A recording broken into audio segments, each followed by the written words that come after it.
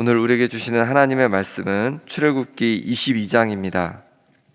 하나님께서는 이스라엘 백성을 시켜주신 이후에 가나안 땅으로 그들을 바로 인도하지 않으셨습니다. 그들을 시내산으로 인도하셨습니다. 왜 그러셨을까요? 하나님의 백성인 이스라엘 백성이 애굽의 노예 생활에서 벗어나긴 했지만 여전히 애굽의 그 악한 문화에 젖어 있었기 때문에 그렇습니다. 그래서 하나님께서는 하나님의 백성을 시내산으로 인도해 주셔서 그곳에서 하나님 나라의 삶의 방식을 알려주신 것입니다. 하나님의 나라 백성이라면, 하나님의 백성이면 이렇게 살아야 한다고 알려주신 것이죠. 이스라엘 백성이 전적인 하나님의 은혜로 애굽의 노예 생활에서 벗어나 하나님의 백성이 된 것처럼 우리도 전적인 하나님의 은혜로 죄의 종으로 살던 우리가 하나님의 자녀가 되었습니다. 하나님 나라에 속한 자들이 되었습니다. 골로새서 1장 13절에 그가 우리를 흑암의 권세에서 건져내사 그의 사랑의 아들의 나라로 옮기셨으니, 전에는 우리가 흑암의 권세 아래 있었습니다. 죄의 권세 아래, 사탄의 권세 아래 있었는데 이제 하나님의 아들의 나라로 옮겨졌다, 이렇게 말씀하고 있습니다. 우린 이제 하나님께 속한 자요, 하나님 나라 백성이고 하나님 나라 자녀다, 이렇게 말씀하고 계신 겁니다. 그러니 우리도 이제 예전의 삶의 방식, 죄의 권세 아래 살던 방식을 벗어나서 하나님 자녀다운 삶의 방식, 하나님 나라 백성다운 삶의 방식을 배워야 한다는 것이죠. 이스라엘 백성들은 출애굽기 19장에 시내산에 도착합니다. 하나님께서는 먼저 20장에서 십계명을 알려주시고, 그리고 21장에서는 종에 관한, 또 폭행에 관한 여러 말씀들을, 법을 알려주십니다. 그리고 오늘 22장에서는 주로 배상에 관한 법을 말씀해 주고 계십니다. 배상에 대한 법은 21장에 이어서 사람들 사이에 어떻게 해야 하는지를 알려주는 법입니다. 사람들 사이에 어떻게 대하는 것이 바른 것인지를 우리에게 알려주시는 것이죠. 여기서 우리가 알아야 할 것은 하나님께서는 하나님과 우리 사이뿐만 아니라 사람과 사람 사이의 관계에 대해서도 굉장히 중요하게 여기신다는 것을 알 수 있습니다. 사람들과 바른 관계를 맺는 것이 하나님께서 중요하게 여기시는 하나님 나라 가치관이라는 거예요. 때로 하나님께 집중한다고 하면서 성도님들 간의 그런 관계나 가족 안에서의 관계는 신경을 전혀 쓰지 않고 나홀로 하나님께 집중하겠다고 하는 분이 계십니다. 하지만 그건 하나님 나라 가치관에 맞지 않는 것이죠. 하나님은 우리가 하나님과 관계를 잘할 뿐만 아니라 사람들과의 관계도 바르게 해가기를 원하십니다. 그래서 십계명도 한쪽 돌판에는 하나님과의 관계에 대해서 말씀하시고, 또 다른 돌판에서는 사람과의 관계에 대해서 우리에게 말씀하고 계신 것이죠. 사람들과의 바른 관계에 대해서 오늘 22장에서 말씀해 주고 계신데, 먼저 사람들에게 손해를 끼치면 안 된다고 말씀하십니다. 1절 말씀 같이 한번 읽어보겠습니다. 사람이 소나 양을 도둑질하여 잡거나 팔면 그는 소 한 마리에 소 5마리로 갚고 양 한 마리에 양 4마리로 갚을지니라. 사람이 소나 양을 도둑질했습니다. 그래서 그것을 잡았어요. 소를 잡았습니다. 그래서 자기가 먹거나 팔거나 그랬습니다. 그러면 거기에 대해서 얼마로 갚아야 한다고 하냐면, 소 같은 경우는 5배, 양 같은 경우는 4배로 갚아야 한다는 것이죠. 그리고 4절에 보니까 도둑질한 것이 살아 그의 손에 있으면 소나 낙이나 양을 막론하고 갑절을 배상할지니라, 이렇게 말씀하고 있습니다. 소나 양이 아직 팔지 않았고 잡지 않았습니다. 아직 살아있고 자기가 그 도둑이 가지고 있습니다. 그럼 그것을 발견했을 때는 갑절로 갚으면 된다, 이렇게 말씀하고 있는 겁니다. 5배, 4배뿐만 아니라 갑절, 2배도 굉장히 큰 거죠. 남의 것을 도둑질할 때 이처럼 무겁게 배상을 해야 하는 법을 알려주므로 다른 사람에게 손해를 끼치는 것을 가볍게 여기지 말라고 그렇게 우리에게 말씀하고 계신 겁니다. 5절에 보니까 사람이 밭에서나 포도원에서 짐승을 먹이다가 자기의 짐승을 놓아 남의 밭에서 먹게 하면 자기 밭에 가장 좋은 것과 자기 포도원에 가장 좋은 것으로 배상할지니라. 아멘. 짐승에게 먹을 것을 주고자 우리 밭에서 먹이는 건 상관없잖아요. 근데 남의 밭에다가 풀어놓은 거예요. 그래서 남의 밭에서 막 곡식을 먹기도 하고 막 포도원을 망가뜨리기도 하고 막 그랬어요. 그랬다면 어떻게 해야 한다고 말씀하고 있습니까? 자신의 밭이나 포도원에서 가장 좋은 것으로 배상을 해야 한다는 것이죠. 자신의 짐승이 다른 사람에게 해를 끼쳤어도 내가 직접 끼친 것이 아니라 내 짐승이 다른 사람의 손해를 끼쳤다면 그것 또한 더 좋은 것으로 배상을 해야 한다, 이렇게 말씀하고 있는 겁니다. 6절 말씀을 또 같이 읽어보겠습니다. 6절입니다. 불이 나서 가시나무에 댕겨 낯가리나 거두지 못한 곡식이나 밭을 태우면 불 놓은 자가 반드시 배상할지니라. 아멘. 여기서 낯가리는 나달이 붙은 그 곡식 더미를 말합니다. 불로 추수한 낯가리나 또 거두지 못한 곡식이나 밭을 태우면 거기에 대해서도 반드시 배상을 해야 한다고 말씀하십니다.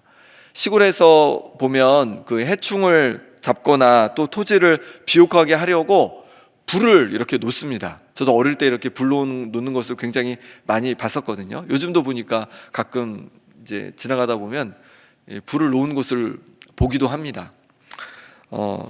그런데 이스라엘 민족도 그랬는지는 모르겠지만 어쨌든 불을 놓아서 그것으로 말미암아서 남의 밭에 곡식을 태우면 거기에 대해서 반드시 또한 배상을 해야 한다는 것이죠. 7절 말씀 제가 읽어보겠습니다. 사람이 돈이나 물품을 이웃에게 맡겨 지키게 하였다가 그 이웃집에서 도둑을 맞았는데 그 도둑이 잡히면 갑절을 배상할 것이요. 요거는 좀 상황이 좀 더 복잡하죠. 돈이나 물품을 내가 도둑 맞은 것이 아니라 내 물건을 이웃에게 빌려주었습니다. 그런데 이웃이 도둑을 맞았어요.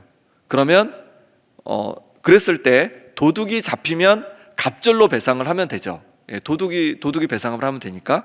그런데 문제는 뭐냐면 잡히지 않았을 때입니다.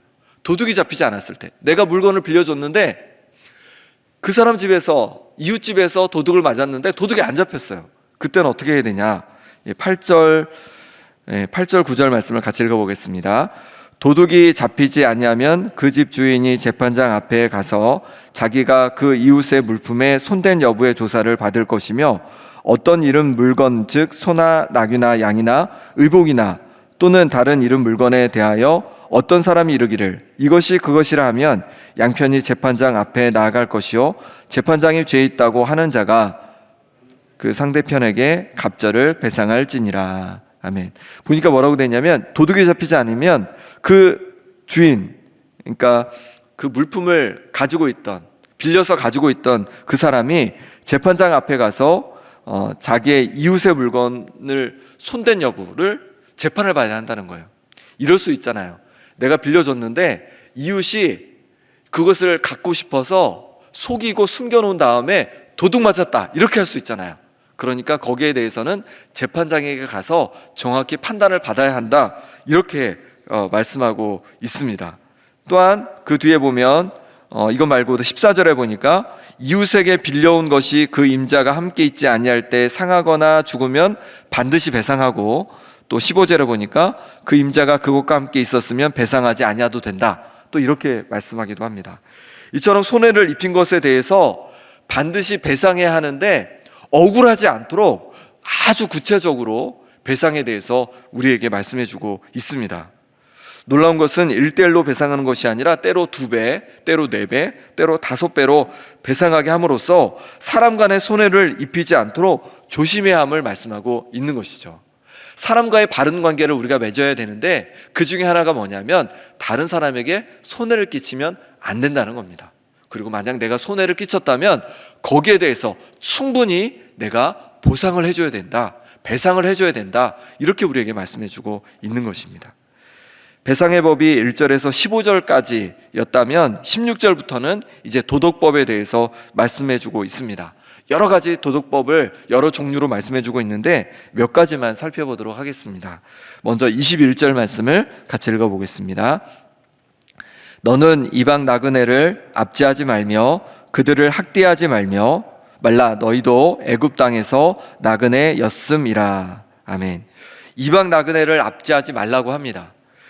이방 나그네는 이방 땅에서 왔기 때문에 수가 적습니다. 그러니 이 이방 나그네들은 더 어떨 수가 있냐면 함부로 대할 수가 있어요. 문화와 또 때로 언어나 여러 것들이 다르기 때문에 좀 원래 그 자국민들에 의해서 좀 학대를 당하거나 또 함부로 여김을 받을 수 있는 것이죠. 그런데 그렇게 하지 말라는 것입니다. 왜냐하면 이스라엘 백성들조차도 애굽 땅에서 노예로 또 그렇게 나그네로 지냈던 세월이 있기 때문에 그렇습니다. 너희들도 그렇게 나그네로 있었던 적이 있지 않냐? 그러니 나그네들을 긍휼히 여겨라. 이방 나그네들을 긍휼히 여겨라. 이렇게 말씀하고 있는 겁니다. 우리나라에도 이방 나그네들이 많이 들어와 있습니다. 중국에서, 베트남에서, 또 우즈벡에서 여러 나라들에서 와서 이곳에서 일들을 하고 있습니다. 우리가 하기 싫어하는 일들을 주로 하고 있죠. 그래서 공장에서 정말로 힘들고 또 위험한 일들을 감당하고 있고, 뿐만 아니라 요즘에는 요양원 같은 데서도 많이 일을 하고 있고, 또 식당에서도 많이 일을 하고 있는 것을 보게 됩니다. 그들을 어떻게 대하라는 겁니까?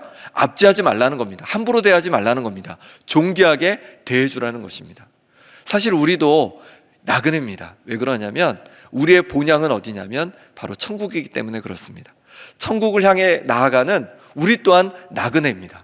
그러니 이 땅에서 우리가 만나는 그 나그네들, 이방 나그네들을 향해서 선대하고 또 그들을 긍휼히 여기고 그들을 또 도울 수 있다면 도울 수 있는 우리 성도님들 되시기를 바랍니다. 22절에서 24절까지는 고아와 과부에 대한 말씀을 하고 있습니다. 같이 한번 읽어보겠습니다. 22절에서 24절까지입니다. 너는 과부나 고아를 해롭게 하지 말라. 내가 만일 그들을 해롭게 함으로 그들이 내게 부르짖으면 내가 반드시 그 부르짖음을 들으리라.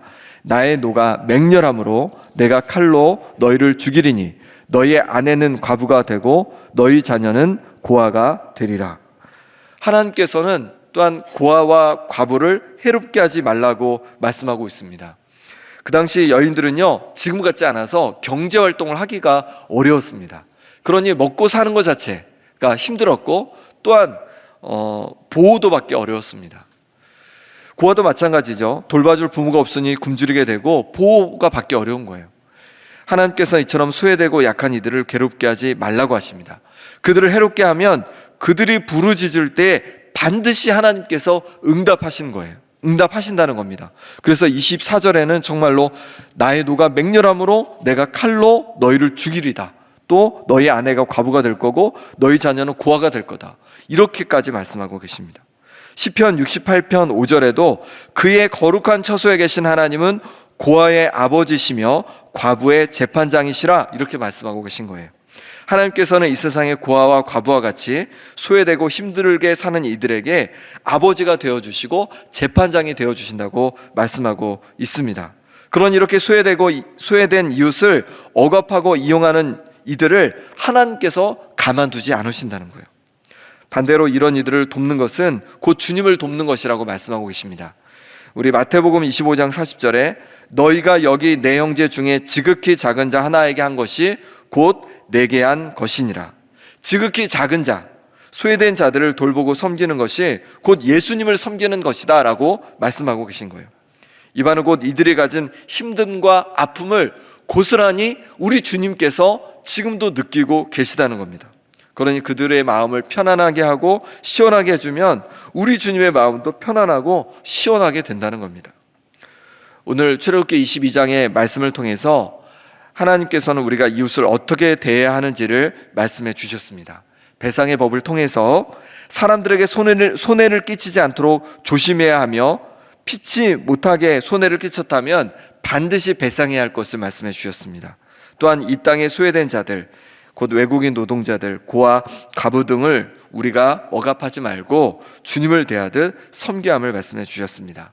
사람들에게 손해를 끼치는 성도가 아니라 소외된 이들을 돕고 섬김으로 주님께 칭찬받는 우리 성도님들 되시기를 간절히 바랍니다. 함께 기도하겠습니다. 이 시간에 우리 기도할 때에 사람들에게 해를 끼치고 사람들을 힘들게 하는 성도가 아니라 주님을 대하듯 소외되고 아픈 이들을 섬기고 돌보는 성도가 되게 하여 주시옵소서. 함께 기도하시고 내일 주일 예배 가운데 은혜를 부어 주시도록 기도하겠습니다. 담임 목사님과 교육자들 말씀으로 또 준비해서 선포할 때 성령께서 함께하여 주시라고 기도해 주시고, 또 모든 교학교 또 주일 사부 예배까지 정말로 풍성하게 성령 충만함으로 하나님께 예배하고 또 하나님께서 부어주신 은혜를 누리게 해달라고 기도해 주시기 바랍니다. 우크라이나를 국률하게 주셔서 하루빨리 전쟁이 끝나게 하시고 평화와 안정을 우리 가운데 그들 가운데 부어주시라고, 또 대선을 앞두고 있습니다. 하나님께서 기뻐하시는 지도자가 또 선출되도록 이제 우리 함께 기도하겠습니다. 하나님 아버지 하나님, 오늘도 주님 앞에 나와서 함께 말씀으로 또 은혜 받게 하시니 감사합니다. 사람들에게 아버지 하나님 해를 끼치는 성도가 아니라 아버지 하나님 정말로 주님을 대하는 쇠뇌가 아픈 이를 섬기고 돌보는 하나님 기뻐하시는 하나님의 자녀의 모습 되게 하여 주시옵소서. 하나님, 그런 하나님 안에서 우리가 있는 곳마다 정말로 빛의 역할을 감당하고 소금의 역할을 감당하고 하나님 앞에 기쁨이 되고 하나님 기쁨이 되는 땅으로 변화되는 역사가 일어나게 하여 주시옵소서. 아버지 하나님, 또한 구하며 나갑니다. 내일 귀한 주일 예배 가운데 은혜 부어주시기를 원합니다. 아버지 하나님, 1부 예배부터 4부 예배까지 모든 교회학교 예배마다 하나님께서 은혜 주셔서 예배를 통해서 정말로 마음의 회복을 누리게 도와주시고 영혼이 회복되게 도와주시고 하나님께 기쁨으로 예배하며 영광 돌리는 예배 될 수 있도록 은혜 부어주옵소서. 예배를 준비하는 교육자들과 목사님, 담임 목사님과 또한 아버지 하나님, 모든 성도님들 주여 은혜 부어주셔서 성령의 충만함으로 준비되어 가게 하여 주시옵소서. 아버지 하나님, 또 구합니다. 우크라이나를 국률하게 주시길 원합니다. 하루빨리 전쟁이 끝나게 도와주시고 평화 안정을 찾게 하여 주옵소서. 회복되게 하여 주시옵소서. 전쟁이 아버지의 그치게 도와주시고 이 땅도 하나님께서 은혜 부어주셔서 이 땅 가운데 전쟁의 소문이 나지 않게 도와주시고 남과 북이 아버지 하나님 함께 협력할 수 있는 은혜를 허락하여 주옵소서. 모든 전쟁의 위협이 이 땅 가운데도 그치게 하여 주시옵소서. 아버지 하나님, 또한 대선을 앞두고 있습니다. 하나님 기뻐하시는 아버지 하나님, 정말로 귀한 지도자가 선출될 수 있도록 하나님 역사하여 주옵소서. 하나님 도와주옵소서. 하나님 역사하여 주옵소서. 하나님의 도우심을 구합니다. 하나님의 인도하심을 구합니다. 하나님께서 찾아와 주셔서 우리를 새롭게 하시고 변화시켜 주시옵소서. 아버지 하나님 아버지, 우리를 국률하게 주셔서 오직 하나님의 은혜로 거룩한 하나님의 자녀 삼아 주시니 감사합니다. 이제 우리가 이 땅에서도 하나님 나라의 백성답게 하나님 나라의 자녀답게 살아가기를 원합니다. 이 땅에서 사람들에게 해를 끼치는 성도가 아니라 주님을 대하듯 사람들을 섬기고 사람들을 돕고 사람들을 회복케 하는 하나님의 사람들 되게 하여 주시옵소서. 내일 주일 예배 가운데 은혜 부어 주시길 원합니다. 1부부터 4부 예배까지 모든 교회 학교 예배 가운데 하나님 은혜를 부어 주시고 그 예배를 통해서 온전히 영광받아 주옵소서. 예배를 준비하는 말씀을 준비하는 담임 목사님과 교육자들 가운데 성령으로 기름 부어 주셔서 풍성케 하시고 충만케 하여 주옵소서. 우크라이나의 땅 가운데 하나님께서 은혜를 부어주시기를 원합니다. 저 땅을 국률하게 주셔서 하루빨리 전쟁이 끝나게 도와주시고 평화와 안정을 찾게 하여 주옵소서. 대선을 앞두고 있습니다. 하나님께서 기뻐하시는 지도자가 선출되게 도와주시고 그래서 이 땅이 정말로 견고하고 안정된 땅이요 하나님을 즐거이 섬기는 땅 될 수 있도록 역사하여 주옵소서. 예수 그리스도의 이름으로 기도드립니다. 아멘.